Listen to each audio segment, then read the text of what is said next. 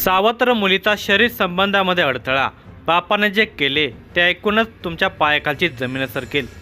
नाझिया आणि इम्रान यांचा दोघांचाही दुसरा विवाह।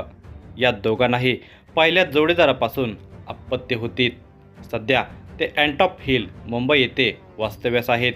इम्रान सिक्युरिटी गार्डचे काम करतो। नाझियाला पहिल्या पतीपासून 4 मुले आहेत। त्यातील अमायरा ही मुलगी 4 वर्षांची आहे, लहान आहे, त्यामुळे ती कायम आईजवळच असते। दुसरे लग्न केल्यानंतर इम्रान याला मात्र अमायरा अडथळा ठरू लागली होती आणि त्याने तिचा काटा काढायचे ठरवले। आईच्या नकळत घराबाहेर आलेल्या अमायराला त्याने अलगद गोड बोलून उचलले आणि भावचा धक्का या निर्जन ठिकाणी नेऊन त्याने तिचा गळा दाबला आणि तिला समुद्रामध्ये फेकून दिले। इम्रान याने केलेले हे पाप समुद्राने स्वीकारले नाही। काही तासातच लाटाने अमायराचा मृतदेह बाहेर फेकून इम्रानचा गुन्हा उघडकीस आणला। ही धक्कादायक घटना पुढे सविस्तर पाहण्याअगोदर जर तुम्ही या चॅनेलवर जर नवीन असाल तर प्लीज आपल्या या मराठी चॅनेलला नक्की सबस्क्राईब करा। श्रीमती नाझिया इम्रान शेख या 40 वर्षाच्या महिला रूम क्रमांक 52 new transit camp Rajiv Gandhi Nagar Meera Datar दर्गाजवळ अँटॉप हिल मुंबई येथे वास्तव्यास आहेत। त्या गृहिणी असून घरगुती कामकाज पाहतात। त्या आणि त्यांचे कुटुंब दिनांक 10 जुलै 2025 पासून वरील पत्त्यावर राहत आहेत। त्यांच्या कुटुंबामध्ये एक मुलगा, 3 मुले आहेत। श्रीमती नाझिया इम्रान शेख यांचे पती सिक्युरिटी गार्ड म्हणून नोकरी करतात आणि त्यांच्या उत्पन्नावरच संपूर्ण कुटुंबाचा उदरनिर्वाह चालतो। दिनांक 14 जुलै 2025 रोजीच्या संध्याकाळी 8 वाजताच्या सुमारास नाझिया शेख आपल्या 4 मुलांच्यासह घरकामामध्ये व्यस्त होते। त्यावेळी तिची 4 वर्षाची लहान मुलगी अमायरा आईच्या नजरेखालून निघून घराबाहेर खेळायला गेली। हा रोजचा प्रकार होता, पण त्या रात्री ती परतली नाही। रात्री 8 वाजल्यापासून मध्यरात्रीपर्यंत नाझियाने मुलीचा सर्वत्र शोध घेतला। परिसरामध्ये, नातेवाईकांच्याकडे, मित्रांच्या घरी, पण निष्फळ। 4 वर्षांची मुलगी हरवल्यावर आईची काय अवस्था होते याची कल्पना न केलेली बरी। यावेळी आईच्या मनात जणू सगळं जग थांबून जातं। तिच्या डोळ्यासमोर मुलीचं हसणं, बोलणं, खेळणं सगळं काही पुन्हा पुन्हा चमकत राहतं। हृदयामध्ये भीतीचे वातावरण उसळत असतं। ती सुरक्षित आहे का? कुठे असेल? भूक लागली असेल का? घाबरली असेल का? आईचे पाय थांबत नाहीत। ती कुठे शोधायला धावते, कोणाकडेही विचारते, आवाज दाबून बोलण्याचा प्रयत्न करते, पण घशामध्ये गाठी बसतात, हात थरथरत राहतात, डोळ्यात पाणी दाटून येतं। प्रत्येक क्षण तिला 100 वर्षासारखा वाटतो आणि एकच प्रार्थना मनात असते, ती म्हणजे माझं लेकरू सुखरूप परत मिळावं। अशीच अवस्था नाझियाची झालेली होती, पण तिला तिची मुलगी काही मिळाली नाही।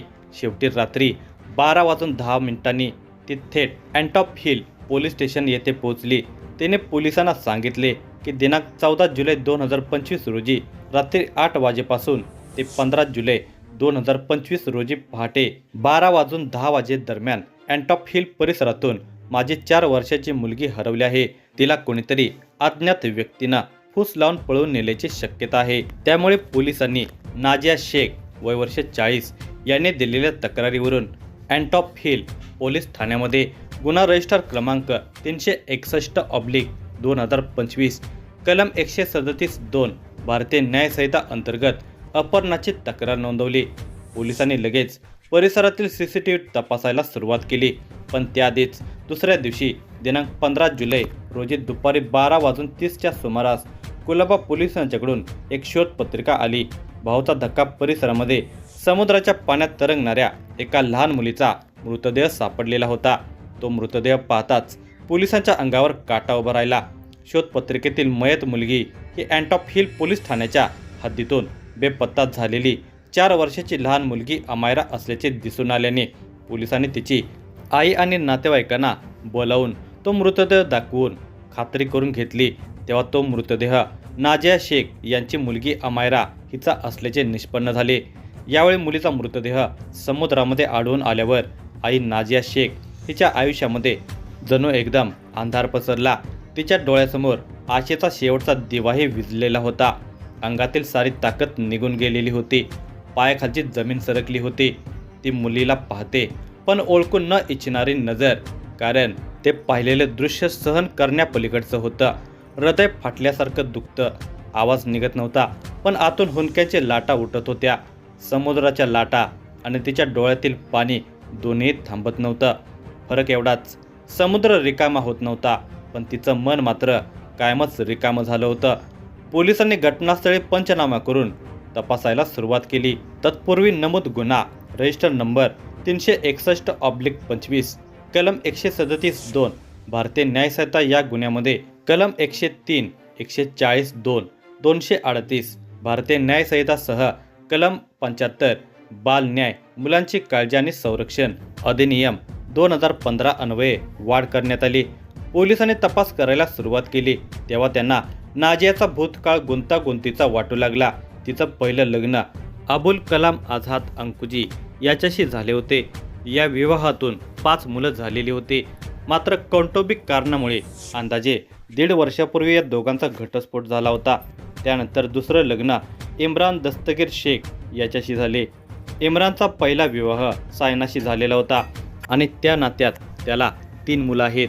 मात्र त्याची पत्नी सायना फेब्रुवारी 2025 मध्ये निधन पावली.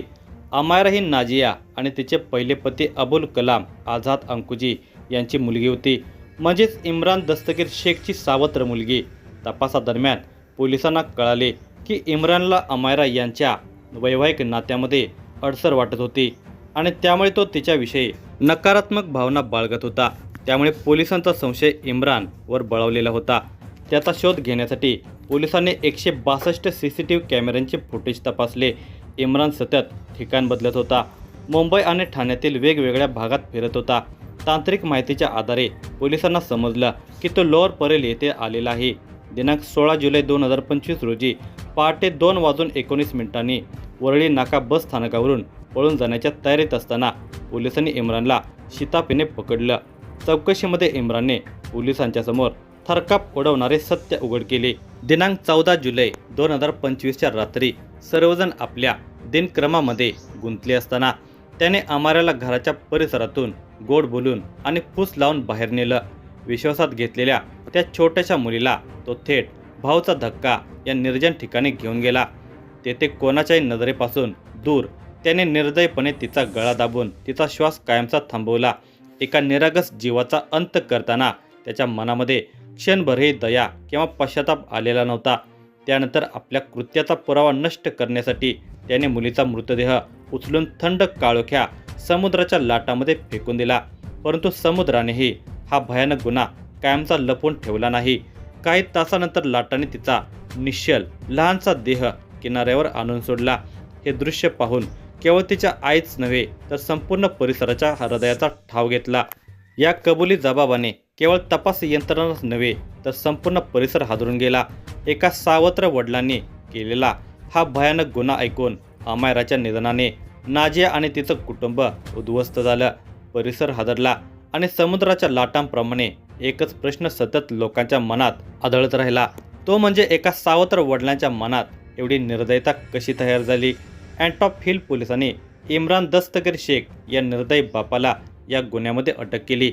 ही उत्कृष्ट कामगिरी मुंबई पोलीस आयुक्त देवेन भारती, पोलीस सहआयुक्त सत्यनारायण चौधरी, कायदा आणि सुव्यवस्था, अप्पर पोलीस आयुक्त विक्रम देशमाने, मध्य प्रादेशिक विभाग, पोलीस उपायुक्त श्रीमती राग सुधा आर, परिमंडळ 4, सहाय्यक पोलीस आयुक्त शैलेंद्र धिवार यांच्या मार्गदर्शनाखाली इतर सहकाऱ्यांनी हा तपास पूर्ण केला.